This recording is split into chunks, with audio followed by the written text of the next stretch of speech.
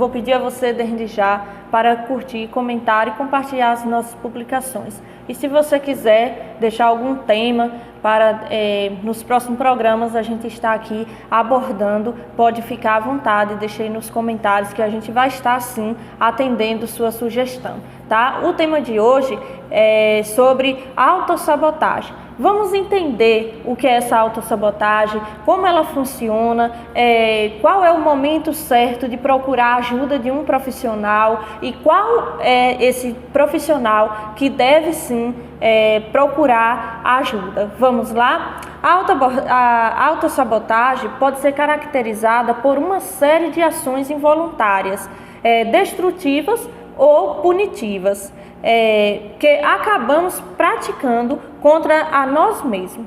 Ela pode se manifestar tanto na vida pessoal quanto na vida profissional do indivíduo, o que afeta o desenvolvimento das relações e principalmente seu crescimento e sucesso na carreira. Apesar desse comportamento ser bastante comum, nem é percebido pela pessoa que se autossabota. Muitas das vezes outras pessoas que percebem que a pessoa está se autossabotando. Então, assim, começa no início de forma lenta, de forma gradual, e que as outras pessoas é que vai estar notando essa autossabotagem. Apesar desse comportamento ser bastante comum, é percebido pelas pessoas que se autossabotam, mas existem sinais que podem ser percebidos facilmente, deixando explícita a autossabotagem. Então, ao longo desse programa, vamos ver quais são os sinais que deixam explícito para a pessoa estar assim, identificando o que é a autossabotagem. Mas, afinal de contas, o que é autossabotagem mesmo? E por que as pessoas se autossabotam? Vamos descobrir agora, eu e você juntinhos aqui no programa Conexão Psicologia, comportamentos que criam empecilhos e barreiras, nos limitando ou impedindo de chegar a determinado objetivo e cumprir metas, até mesmo as mais simples, são consideradas formas de autossabotagem. Isso ocorre porque nosso inconsciente age de maneira oposta aos desejos e necessidades reais, que são criadas de forma consciente, por meio de pensamentos negativos que geram atitudes negativas. Segundo estudos, afirma que a autossabotagem pode ter a origem em trauma vividos na infância ou na adolescência. Então, os estudos garantem isso, que pode estar atrelado, né, a traumas vividos tanto na infância quanto na adolescência. E isso é importante percebermos esses traumas, quais são esses traumas, saber o histórico de vida que a pessoa passou, quais foram os traumas, o que foi qual momento da vida que você passou e que se sentiu esse trauma, essa angústia, tá? E até mesmo está relacionado a traços de personalidade herdados no convívio com as pessoas responsáveis pela nossa criação, seja elas nossos pais biológicos ou não, porque a autossabotagem não é algo biológico, tá? Não é algo hereditária, e sim algo que vem através de traumas, de sofrimento, que vem lá da infância ou até mesmo da adolescência. Sabemos que cada pessoa é única e que recebe informações e reage de forma distinta. Por isso, nem todo mundo sofre influência no campo psicológico. Contudo, indivíduos mais sensíveis se tornam vulneráveis a fatores externos.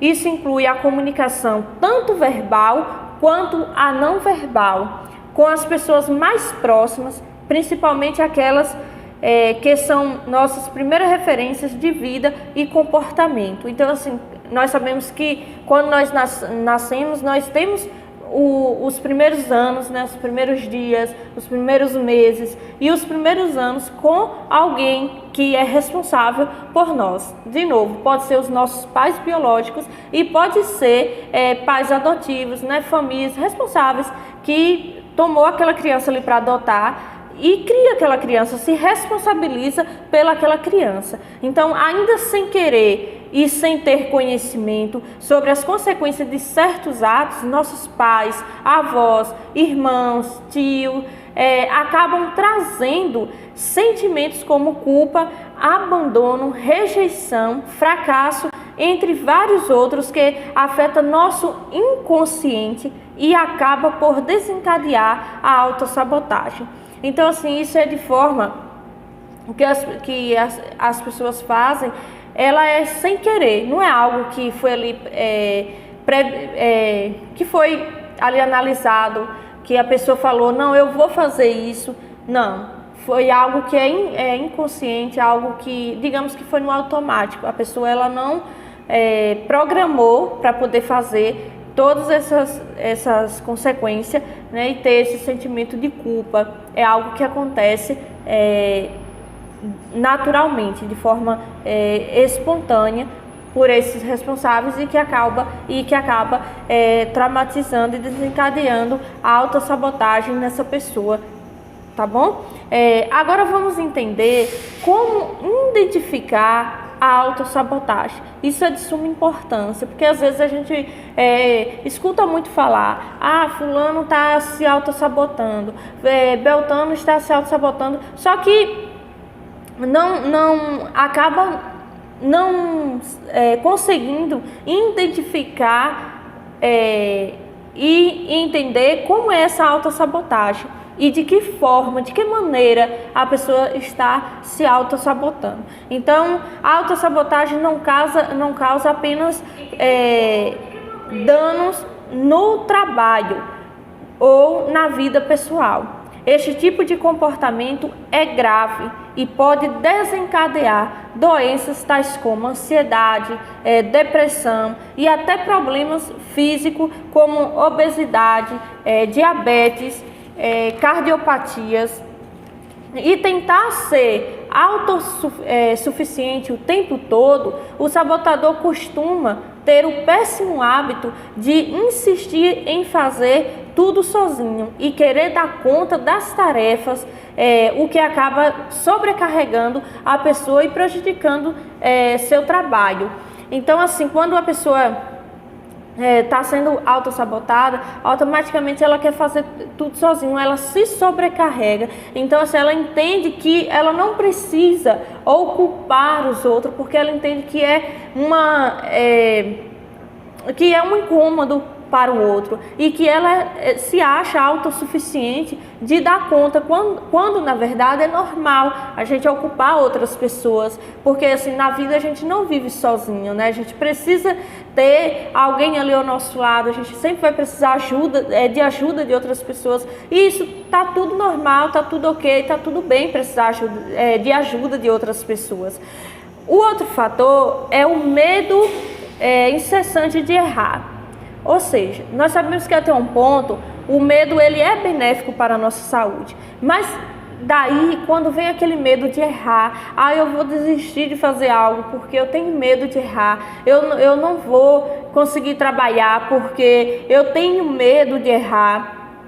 Então o medo ele pode ser nosso maior sabotador, pois nos impede de tomar decisões e ir atrás dos nossos sonhos, desejos e torná-lo realidade. Então, se a pessoa que tem esse medo excessivo, ela acaba deixando de viver por conta do medo. Então, assim, ela vai paralisando aos poucos. Não vou fazer isso por conta do medo, não vou realizar meu sonho porque eu tenho medo de não dar certo, eu tenho medo de não conseguir. E de novo, nós somos capazes de conseguir o que a gente quer, o que a gente tanto sonha, o que a gente tanto deseja, almeja de ter para a nossa vida, ter o melhor para a nossa vida. Então, assim, claro que o medo tem a sua função benéfica, que devido a ele, né, nós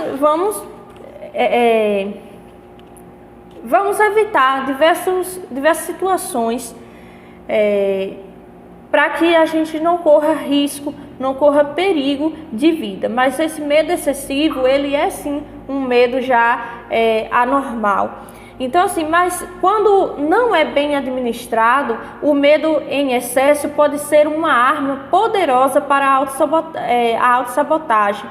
Principalmente quando se tratar do medo de errar, que impede que se assuma responsabilidades e tarefas. De novo, é normal a gente errar. A gente aprende errando. Se a gente colocar na cabeça que a gente não vai fazer por medo de errar, a gente vai paralisar. Quando a gente perceber, nós já estamos paralisados na vida.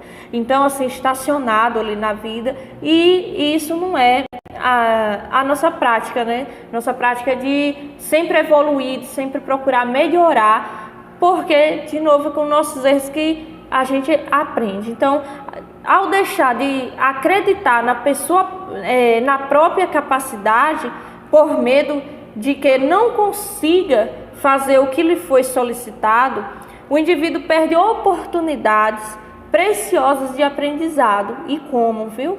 Porque assim, a oportunidade, ela vem, se a gente agarrar, seguimos com ela. Mas se vem a oportunidade e a gente não agarra esta oportunidade, a mesma vai embora e depende da oportunidade que vai embora para nunca mais voltar. E só lá na frente que a gente vai entender e bate o arrependimento, né?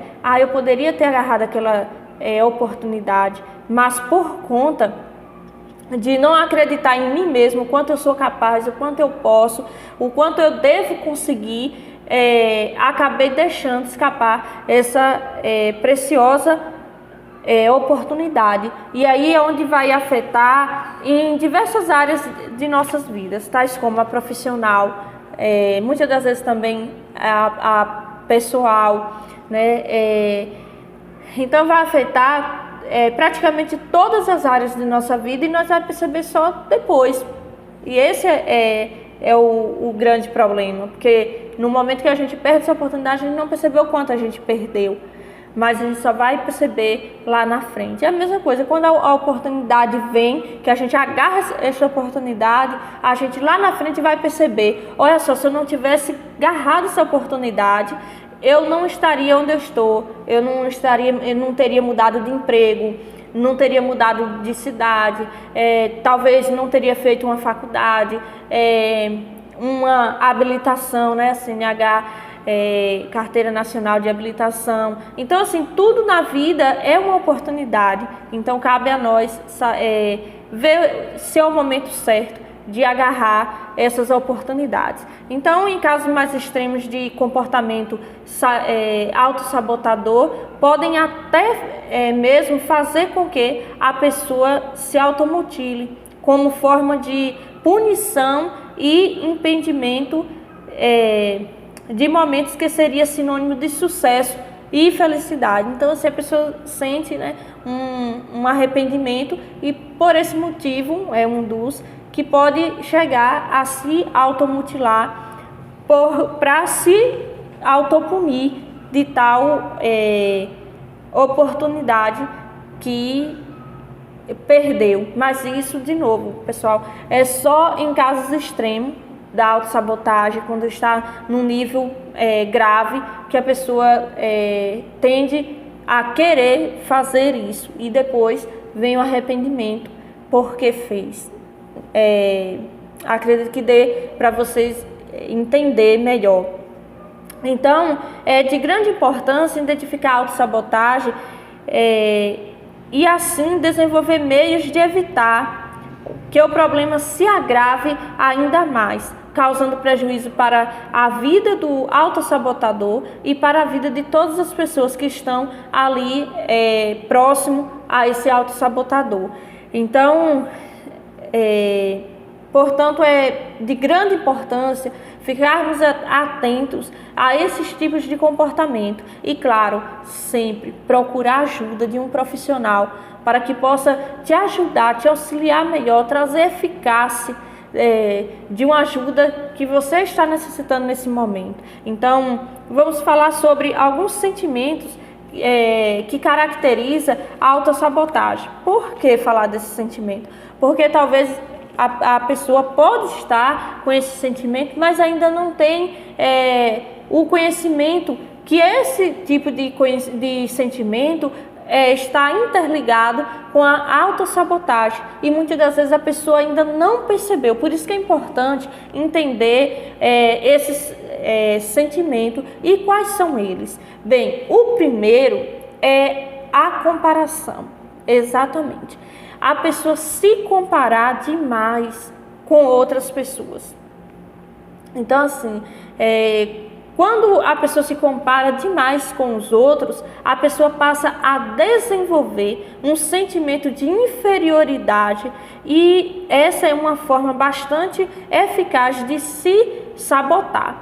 É o primeiro passo, um dos primeiros passos, né? Quando a pessoa começa a se comparar com outras pessoas, o primeiro sinal que vem é o sentimento de inferioridade. Porque quando a pessoa se compara com outro, automaticamente a pessoa logo após vai sentir o quê? Inferioridade.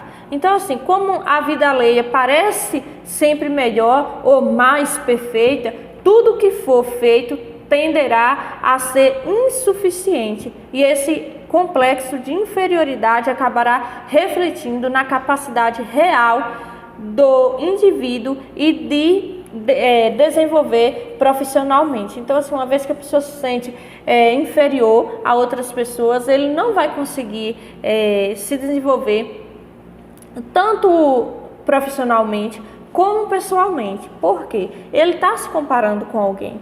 Então, no momento que a pessoa começa a se comparar com outra pessoa, ele deixa de acreditar nele mesmo, da capacidade que ele tem para se comparar com o outro. Então, ele fica um pensamento muito voltado para a comparação ao outro e deixa de investir na pessoa mesmo. Então, por isso que desenvolve a inferioridade, quando a pessoa se compara demais com outras pessoas. Mas agora eu queria fazer um convite a vocês.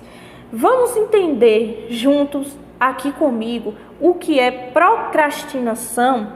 De forma bem resumida, eu gostaria de falar um pouco sobre o que é procrastinação, porque assim, uma vez que falamos sobre a autossabotagem, não poderia deixar aqui de forma alguma de falar um pouquinho sobre a procrastinação, porque a procrastinação nada mais é do que uma maior característica da autossabotagem. Então, ela começa o quê? O cérebro do procrastinador age de forma a desviar sua atenção das tarefas mais importantes, fazendo com que deixe tudo para a última hora. Então, assim, não tem aquela organização.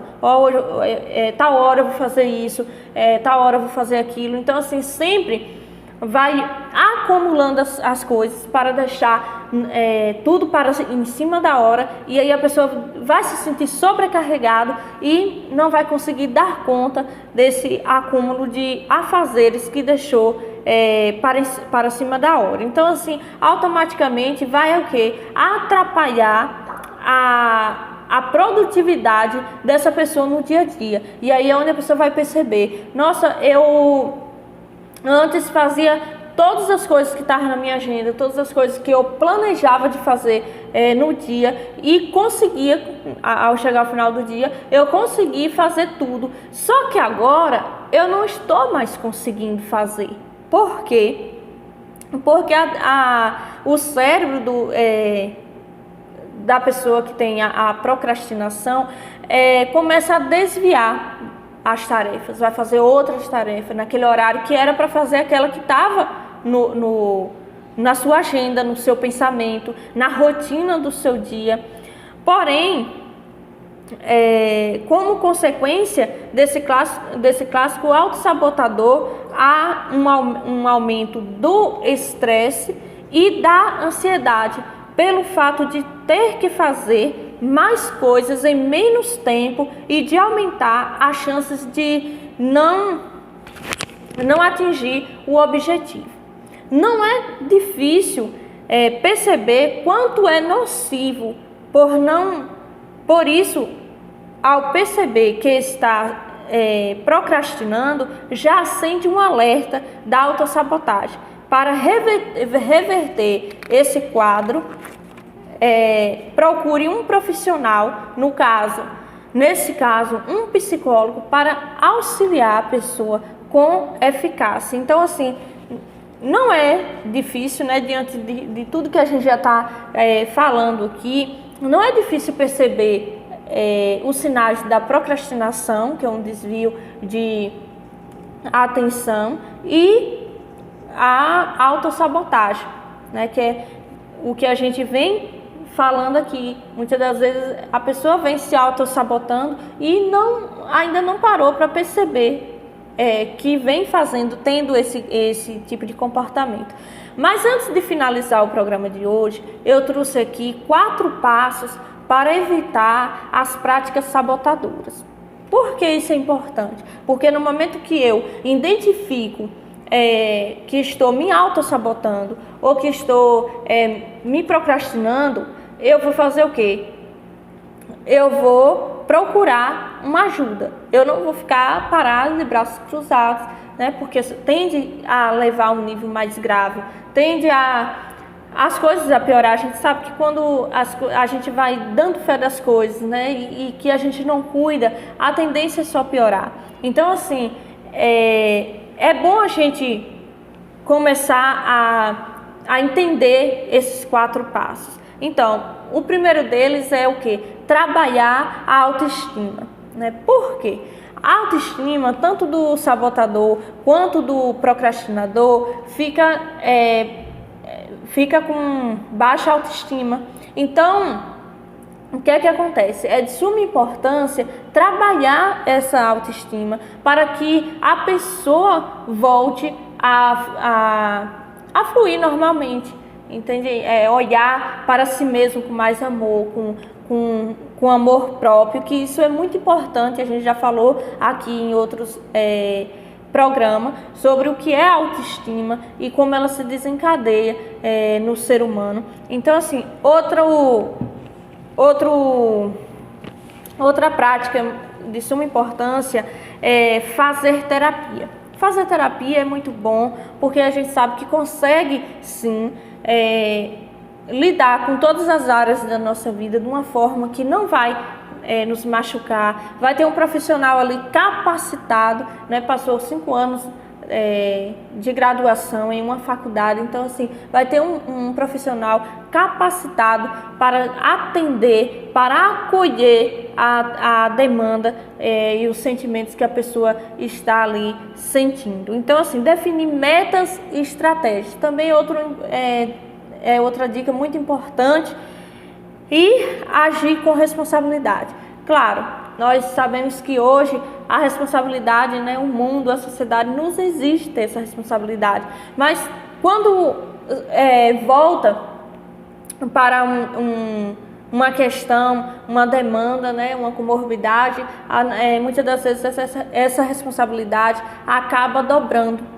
Mas não é para você ficar preocupado, eu tenho que me responsabilizar, eu tenho que ser responsável, aquela coisa que vai desviar o seu pensamento. Não, é só a pessoa coloca na cabeça que vai ser responsável com o que está fazendo.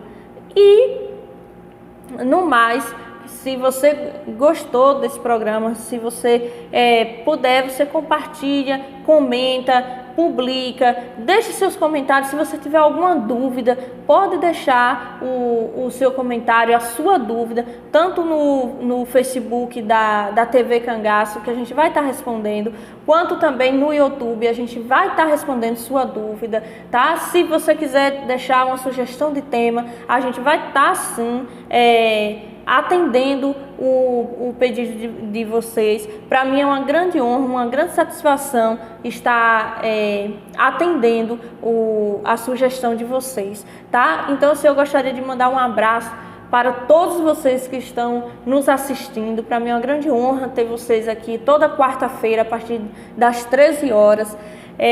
Mandar um abraço para meus pais, mandar um abraço para Jovina, lá em São Paulo, e seu esposo, e toda a família, seus filhos também. Mandar um abraço para Ângelo Rios, um abraço para Geise Santana, um abraço para minha avó, que não perde nosso programa, um abraço para a psicóloga Alcione, e para a psicóloga Luzia, que também não perde nosso programa. E um abraço para todos vocês. Muito obrigada pela companhia de vocês e até o próximo programa. Tchau, tchau.